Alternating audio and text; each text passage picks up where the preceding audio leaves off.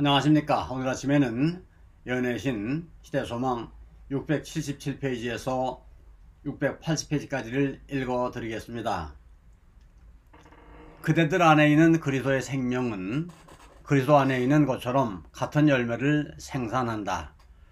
그리스도 안에 살고 그리스도에게 부착되어 그리스도의 공급을 받으며 그리스도에게서 영양분을 흡수한다면 그대들은 그리스도와 같은 열매를 맺을 것이다. 그리스도께서 제자들과의 이 마지막 회합 마당에서 제자들에게 나타내신 큰 소망은 그분이 그들을 사랑하신 것처럼 그들이 서로 사랑하도록 하는 것이었다. 여러 번 그분은 다음과 같이 말씀하셨다. 내가 너희에게 명함은 너희로 서로 사랑하게 하려 함이로다. 다락방에서 제자들과만 같이 계실 때에 예수님의 처음 명령은 새 계명을 너희에게 주노니 서로 사랑하라. 내가 너희를 사랑하는 것 같이 너희도 서로 사랑하라는 것이었다. 그리스도께서 그들을 사랑하신 것처럼 그들이 서로 사랑하지 않았기 때문에 이 계명이 제자들에게 새로운 것이었다.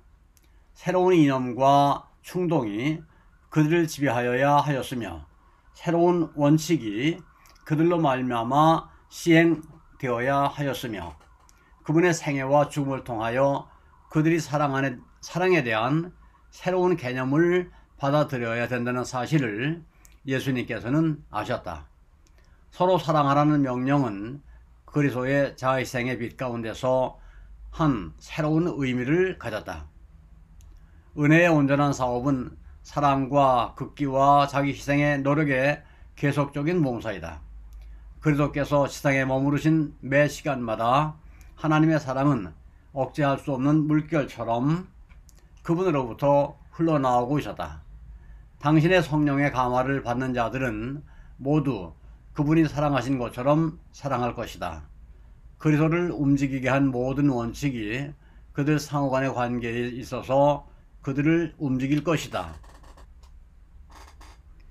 이 사랑은 저희의 제자된 증거이다.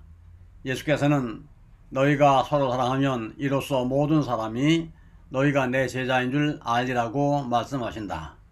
사람들이 폭력이나 살이로서가 아니라 사랑으로 결합할 때 그들은 모든 인간의 세력 이상의 힘이 작용하고 있음을 보이는 것이다. 이런 일치가 존재할 때 그것은 하나님의 형상이 인간 속에서 회복되고 있으며 생애의 새로운 원칙이 힘겨워졌다는 증거이다. 이것은 악의 초자연적인 작용을 물리치는 능력이 신성에 있다는 것과 하나님의 은혜가 사람의 타고난 마음에 자리잡고 있는 이기심을 정복한다는 사실을 보여준다. 교회에 나타난 이 사랑이야말로 사단의 분노를 일으킬 것이다. 그리스도께서는 제자들을 위하여 쉬운 길을 설계하지 않으셨다. 예수께서 다음과 같이 말씀하셨다. 세상이 너희를 미워하면 너희보다 먼저 나를 미워한 줄을 알라.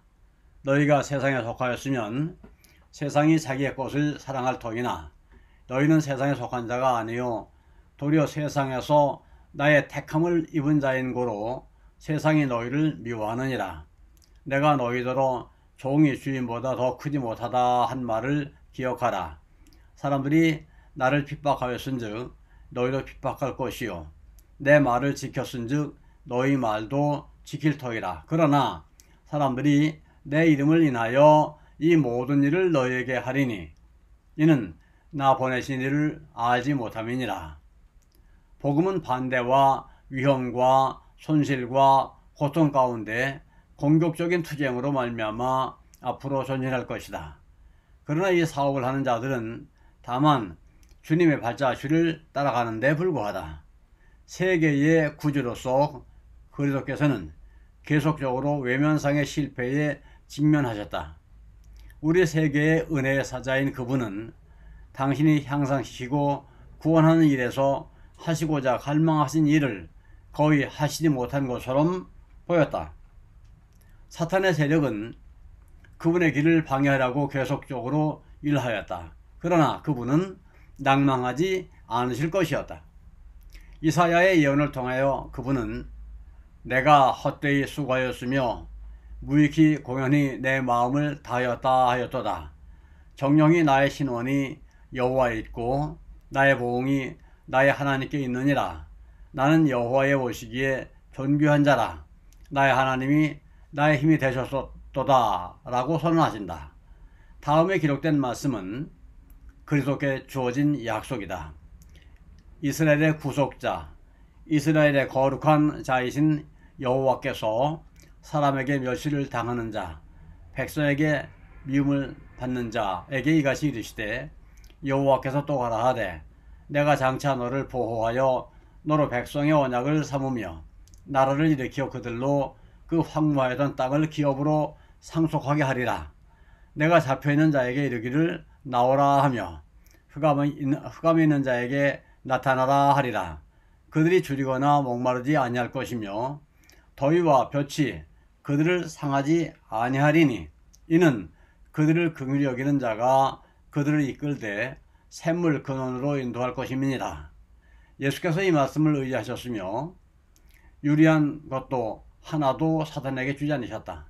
유리한 것은 하나도 사탄에게 주지 않으셨다. 그리스도께서 굴욕의 마지막 발걸음을 옮겨 놓으셔야 되었을 때에 가장 깊은 슬픔이 그분의 영혼을 둘러싸고 있었다. 그분은 제자들에게 다음과 같이 말씀하셨다. 이 세상 임금이 오겠습니다. 그러나 저는 내게 관계할 것이 없느니라.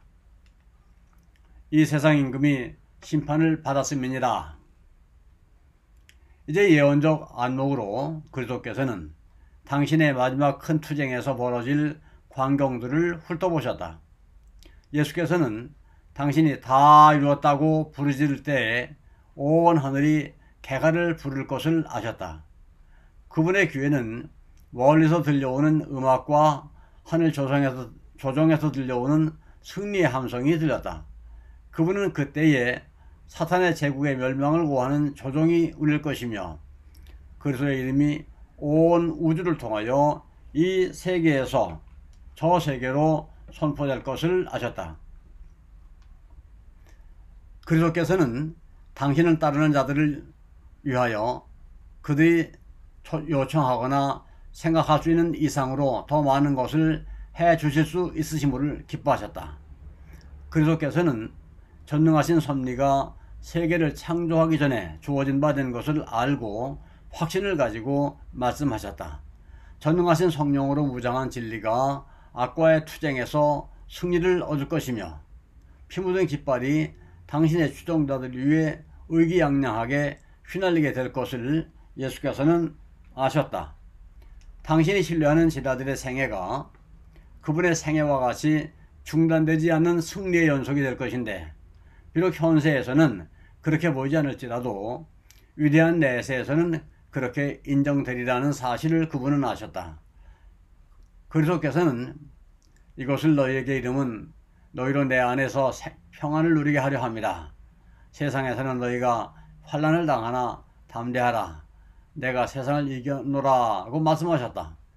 그리스도께서는 실패하시거나 낭망하시지 않으셨는데 그분을 따르는 자들도 그와 같은 인내성 있는 믿음을 나타내야 한다. 그들은 예수께서 사신 것처럼 살아야 하며 그분이 일하신 것처럼 일해야 할 것이다. 이는 그들이 예수님을 위대하신 주장으로 의지하는 까닭이다. 그들은 용기와 힘과 인내를 가져야 한다. 분명히 불가능한 것 같이 보이는 것들이 저희 길을 막을지라도 그들은 예수님의 은혜를 힘입어 앞으로 전진해야 한다. 그들은 어려움을 슬퍼하는 대신에 어려움을 극복하도록 부르심을 받았다.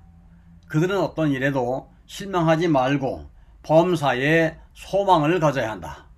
그리스도께서는 당신의 비길 데 없는 사상의 금사슬로 그들을 하나님의 보좌에 붙들어 매셨다.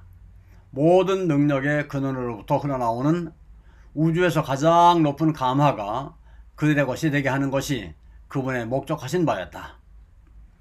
그들은 악을 대적할 수 있는 능력을 가져야 하는데 그것은 세상이나 죽음이나 지옥이라도 정복할 수 없는 능력, 그리스도께서 승리하신 것처럼 그들을 승리하게 할 수 있는 능력이다. 그리스도께서는 하늘의 질서, 하늘 정부의 계획, 하늘의 거룩한 조화가 지상에 있는 당신의 교회에서 나타나게 되기를 계획하신다. 이렇게 하여 당신의 백성 가운데서 그분은 영광을 받으신다. 그들을 통하여 의의 태양은 광명한 광채를 세상에 비칠 것이다. 그리스도께서는 당신의 교회에 막대한 편익을 주셨으므로 자신이 구속하시고 사신 사람들에게서 큰 영광을 받으실 것이다. 그리스도께서는 그들이 그리스도를 충분히 나타낼 수 있도록 능력과 축복을 당신의 백성들에게 내려주셨다. 그리스도의 의를 부여받은 교회는 그분의 자비와 은혜와 사랑이라는 보화가 완전히 그리고 마지막으로 나타나게 될 그분의 보고이다. 그리스도께서는 당신의 굴욕의 보상으로 또 당신의 영광을 보충하는 것으로 당신 백성의 순결함과 완전함을 바라보신다. 그리스도, 그분은 모든 영광을 발산하는 데 중심이시다. 힘있고 희망에 가득 찬 말씀으로 구주께서는 당신의 교훈을 마치셨다. 그 후에 예수께서는 당신의 제자들을 위하여 드리는 기도 가운데서 영혼의 괴로움을 토로하셨다. 눈을 들어 하늘을 바라보시고 아버지여, 때가 이르렀사오니 아들을 영화롭게 하사 아들로 아버지를 영화롭게 하옵소서. 아버지께서 아들에게 주신 모든 자에게 영생을 주게 하시려고 만민을 다스리시는 권세를 아들에게 주셨음이로소이다. 영생은 곧 유일하신 참 하나님과 그의 보내신 자 예수 그리스도를 아는 것이니이다 라고 기도하셨다. 아멘. 감사합니다. 오늘 여기까지 읽어드렸습니다.